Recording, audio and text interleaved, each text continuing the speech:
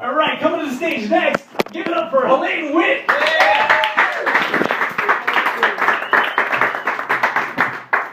I like to tape myself and put it on YouTube, so right before I start talking, it's going to say, I like to fantasize wiping your asshole. And it's going to be there. My school teachers from Elmont are going to see that. Nice. For those of you who don't know me, you're probably wondering, is that the love child of Barbara Streisand and Barry Manilow?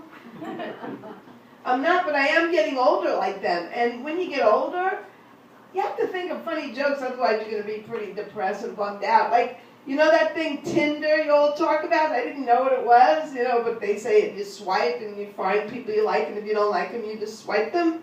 Mine's called Hinder. Hinder, because I don't know how to use the computer, and I'll probably just break it or lose it or leave it on the subway like I do very often. Hinder. It's a hindrance. I don't know. Working on it. So, yeah, I told you I was getting older, and I'm losing my hair. I'm being intimate with you, like one of you said you were being intimate with us. I'm losing my hair, and you can't tell. But the good news is, I know where it's going. It's going to my knuckles. Going to my knuckles. And I used to be married to a Chinese guy. I know some of you are talking about the Asian people. And you're from San Francisco, right? Yeah. Yeah, I didn't forget that. So that's where I lived when I married a Chinese guy. And he was a big guy. His father said it was from the rice, because big guy. And looked like a Samoan guy. Anyway, he's in a movie called The Cage. You can see it. My parents bought him a motorcycle, and he took it. He went off. He left me. He went to L.A. So you can see him in the movie Cage. That was the scholarship my father from Long Island gave this guy. Just another story I never told. So, untold story about Albert B. So anyway, it's times like this that I wish I was still married because, we had 3 New Years, and that was really exciting because at first you have the American New Year, and you have the fireworks, and then you have the Chinese New Year, fireworks, but then you have the Jewish New Year, a little boring unless you eat my Aunt Esther's kugel with the, it's potato. It's potato with horseradish on top, and then you have fireworks, it's... Yeah. Anyway, don't say kugel, say potato. Say potato. So, I also was married to a Jewish guy. I like big guys, so they're both big guys. And people say, what's the difference between being married to a Chinese big guy and a Jewish big guy?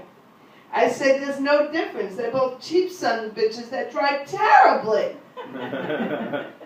And I was a school teacher for 20 years. Who was the one who said school teachers should make more than someone else? It doesn't matter who said it.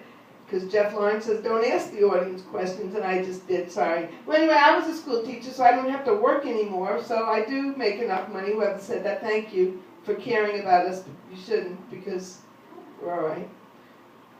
Yeah, you hate me. So, I don't have to work. So, I was a school teacher, but I paid for it because I taught in a really tough school. I mean, these kids were so tough. The girls in Mrs. Connor's 2nd grade had a gang. True story. They had a gang, and they used to take the milk containers off of my class's trays at lunch. So I called them the half pints. So I said, I have to make this educational somehow.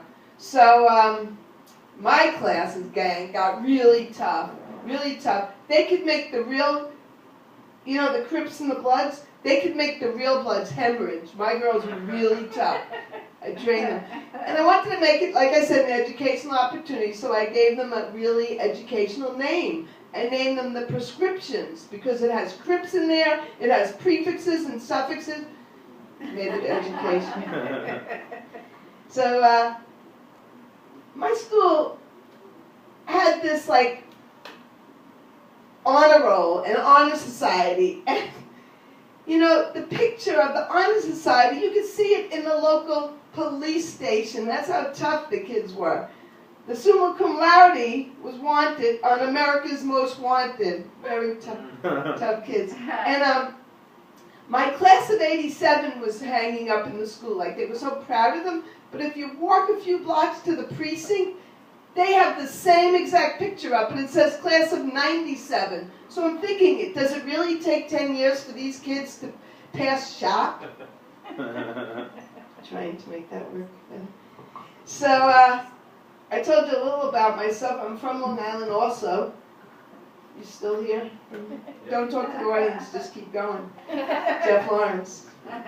So I'm from Long Island, and I wanted to show you what it's like in the beauty parlor, what it was like for my mother when, you know, in the days when certain things were not cool. It's not like today where your mother could say, you gay, okay. So my mother's in the beauty parlor, and Mrs. Bass says, that's her name, Mrs. Bass says, my son, he's a Nobel Prize winner. She didn't really talk that way, but they were Jewish people, so I'm like accentuating. So then the next lady, she's Mrs. Goldberg, says, Ruby, that's my mother's name, Ruby, my son, he's not only a rabbi, but he's also an actor, and he's studying to be a lawyer, and he's a rabbi. My other son's a rabbi. Time to go? Yeah. Okay, so anyway, the punchline is, my daughter plays in the basement on Sundays. Thank you.